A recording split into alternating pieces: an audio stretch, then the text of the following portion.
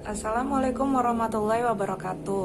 Kami dari kelompok 5 akan mempresentasikan tentang sistem interconnection. Saya Nur Alina sebagai moderator sekaligus notulen dari presentasi kami, dan teman saya Nisa Latifah sebagai presentator kali ini. Kepadanya silakan dimulai presentasinya. Sistem interkoneksi merupakan sistem yang saling menghubungkan tiga komponen struktur top-level komputer yakni CPU, main memory, dan input-output. Sistem interkoneksi berupa struktur interkoneksi, yakni kumpulan lintasan interkoneksi. Struktur interkoneksi terdiri dari bus, yakni saluran atau jalur transportasi informasi antara dua atau lebih alat-alat dalam sistem komputer.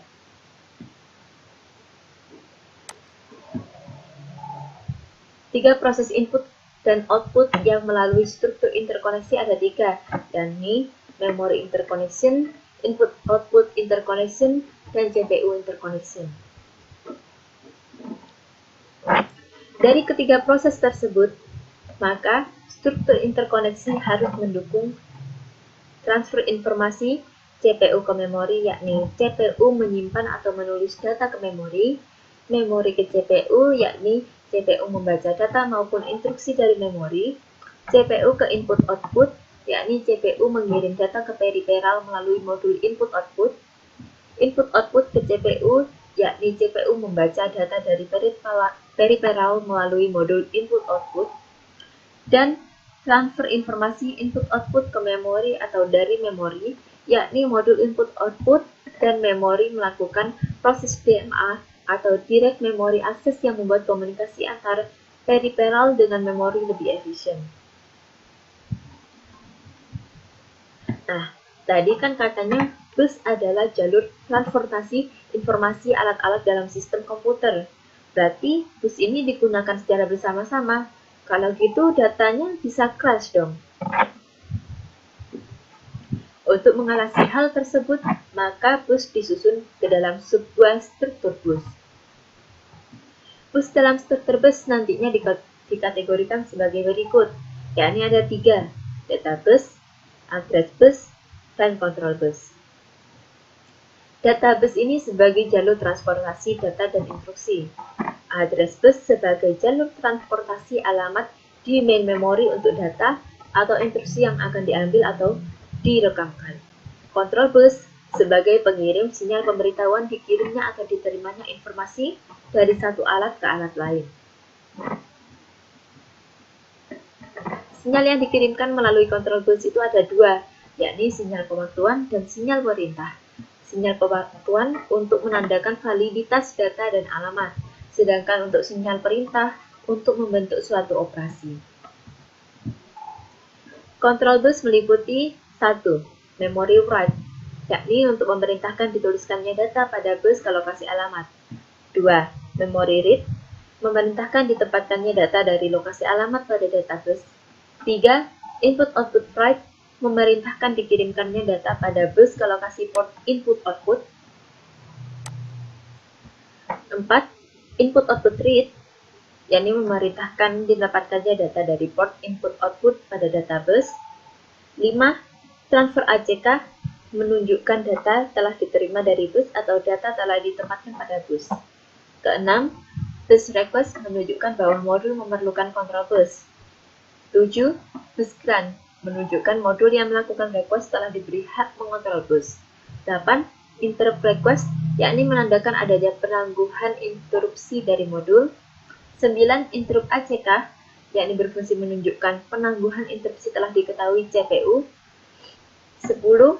Clock, yakni untuk mengontrol sinkronisasi operasi antar modul. Dan 11. Reset, menginisialisasi seluruh modul.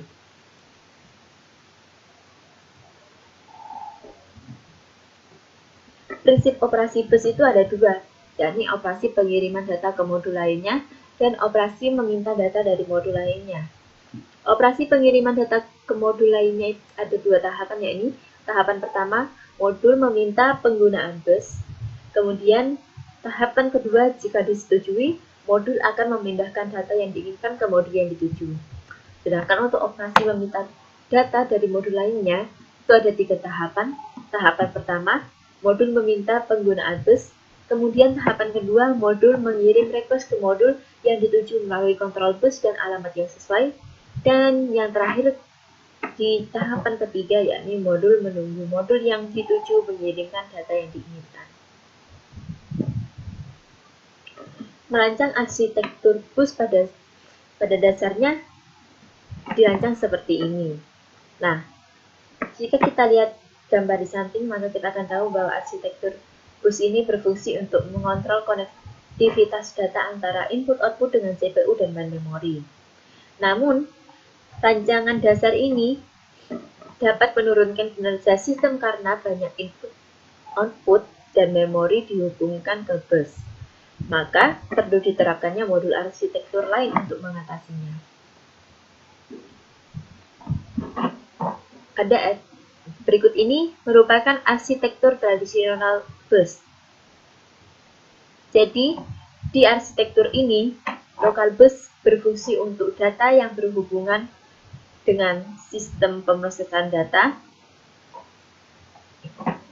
Kemudian, sistem bus ini digunakan untuk data yang berhubungan dengan sistem memori. Expansion bus berguna untuk data yang berhubungan dengan peripheral input-output. Kemudian peripheral high speed dari arsitektur ini berupa network, SCSI, video, dan grafik.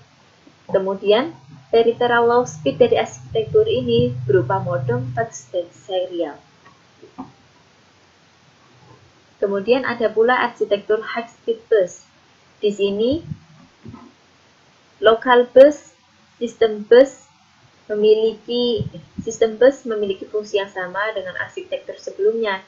Namun di sini di arsitektur ini terdapat high speed bus dan expansion bus. High speed bus untuk data yang berhubungan dengan peripheral input output yang cepat, sedangkan untuk expansion bus ini digunakan untuk data yang berhubungan dengan peripheral input output yang lambat. Peripheral high speed dari arsitektur ini berupa network, SCSI, video, dan grafik, sedangkan untuk peripheral low speed dari arsitektur ini berupa modem, fax, dan serial. Apa perbedaannya arsitektur tradisional bus dan arsitektur high speed bus? Nah, arsitektur tradisional bus ini menggunakan single bus system di mana peripheral low speed dan peripheral high speed dikoneksikan pada expansion bus, sehingga kinerja busnya lambat dan kurang optimal. Contohnya, bus ISA. Sedangkan arsitektur high speed bus menggunakan multi-bus system di mana peripheral low speed dikoneksikan pada expansion bus dan peripheral high speed dikoneksikan pada high speed bus sehingga kinerja busnya cepat dan lebih optimal. Contohnya, bus PCI. Parameter perancangan bus. Dalam merancang bus terdapat beberapa parameter, yakni jenis bus. Apakah bus berupa dedicated bus atau bus yang hanya menyalurkan data tertentu saja, atau multiplex bus atau bus yang dapat menyalurkan data yang berbeda-beda. Kemudian, metode arbitrasi. Apakah metode yang digunakan yakni metode tersentralisasi, di mana setiap modul menggunakan arbiter, atau metode terdistribusi, di mana setiap modul menggunakan akses kontrol logik. Kemudian timing, apakah timingnya menggunakan pewaktuan sinkron, di mana event bus ditentukan oleh clock dan tiap satu siklus hanya untuk satu event, atau pewaktuan asinkron, di mana event bus yang terjadi tergantung event sebelumnya, sehingga kerja modul tidak serempak. Kemudian, lebar bus. Seberapa lebar address bus dan data bus. Dan yang terakhir, tipe transfer data. Apakah bus mampu mendukung write, yakni menaruh data pada data bus begitu alamat stabil dan ada kesempatan untuk mengetahui alamat tersebut. Read, yakni menaruh data pada data bus setelah mengetahui alamat dan mengambil datanya. Read modify write, yakni read yang diikuti write ke alamat dengan tujuan yang sama untuk melindungi sumber daya memori. Read after write, yakni write diikuti read dari alamat tertentu. Dan block, yakni operasi di mana siklus alamat diikuti siklus data selama transfer data. Terima kasih. Sekian presentasi dari kami kepada audiens. Silahkan dimulai sesi tanya jawabnya.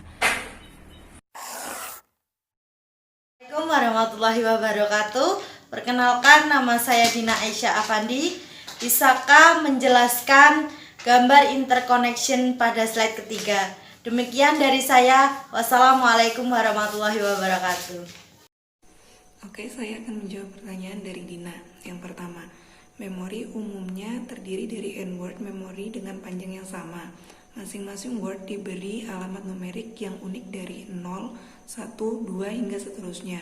Word dapat dibaca maupun ditulis pada memori dengan read and write. Assalamualaikum warahmatullahi wabarakatuh. Kenalkan, nama saya Cica Melia. Yang ingin saya tanyakan adalah, apakah dua bus dalam arsitektur yang berbeda dapat digunakan dalam satu komputer? Sekian, terima kasih. Oke, pertanyaan kedua dari Cica. Bisa, buktinya BIS, ISA, dan PCI dapat diterapkan dalam satu motherboard. Perkenalkan, nama saya Siti Ajari Safitriawati. Saya kurang paham mengenai apa itu DMA. Oke, yang ketiga pertanyaan dari Siti Hajar. DMA merupakan fitur sistem komputer yang memungkinkan subsistem hardware tertentu mengakses memori sistem utama atau dengan kata lain, memori akses acak, yang mana terpisah dari CPU. Cara kerja DMA yakni mengambil alih kerja prosesor dalam memproses instruksi yang masuk melalui I/O. Nantinya prosesor tinggal mendapat laporan saja bahwa akan ada tugas yang dihandle oleh DMA, dan setelah beres, tinggal menunggu laporan tugas beres. Fitur ini sangat berguna saat CPU tidak bisa menunggu laporan. Fitur ini sangat berguna saat CPU tidak bisa mengikuti laju transfer data atau melakukan pekerjaan sambil menunggu transfer data I/O yang relatif lambat. Dengan begitu, terbentuklah efisiensi komunikasi antara I/O dengan memori. Assalamualaikum warahmatullahi wabarakatuh. Saya Ananda Mardiana Putri. Menurut Anda, mana yang lebih baik antara dedicated bus dengan multiplex bus? Oke, jawaban yang keempat, pertanyaan dari Ananda. Dedicated bus lebih cepat karena hanya fokus menyalurkan data tertentu saja, namun butuh saluran yang lebih banyak agar dapat menyalurkan semua data. Sedangkan multiplex bus tidak butuh saluran yang banyak karena satu saluran dapat menyalurkan macam-macam data, tetapi kecepatannya jadi lebih rendah dan perlu mekanisme yang kompleks untuk meminimalisir data yang multi-kompleks. Jadi dedicated bus cocok untuk Anda yang mengedepankan segi kinerja, tapi jika Anda ingin lebih menghemat tempat, maka multiplex bus lebih baik. Nama saya Wildan Muhammad. Saya ingin bertanya, bagaimana cara menentukan lebar address bus dan data bus yang baik? Oke, yang terakhir pertanyaan dari Wildan. Jawaban pertanyaan dari Wildan, maksud saya, semakin lebar address bus, maka semakin banyak range lokasi yang dapat direferensikan. Begitu pula dengan data bus, semakin lebar data bus, maka semakin besar pula data yang ditransfer dalam sekali waktu. Sekian presentasi dari kami. Mohon maaf bila presentasinya masih banyak kekurangan. Kritik dan saran yang membangun sangat kami apresiasi. Terima kasih atas perhatiannya. Wassalamualaikum warahmatullahi wabarakatuh.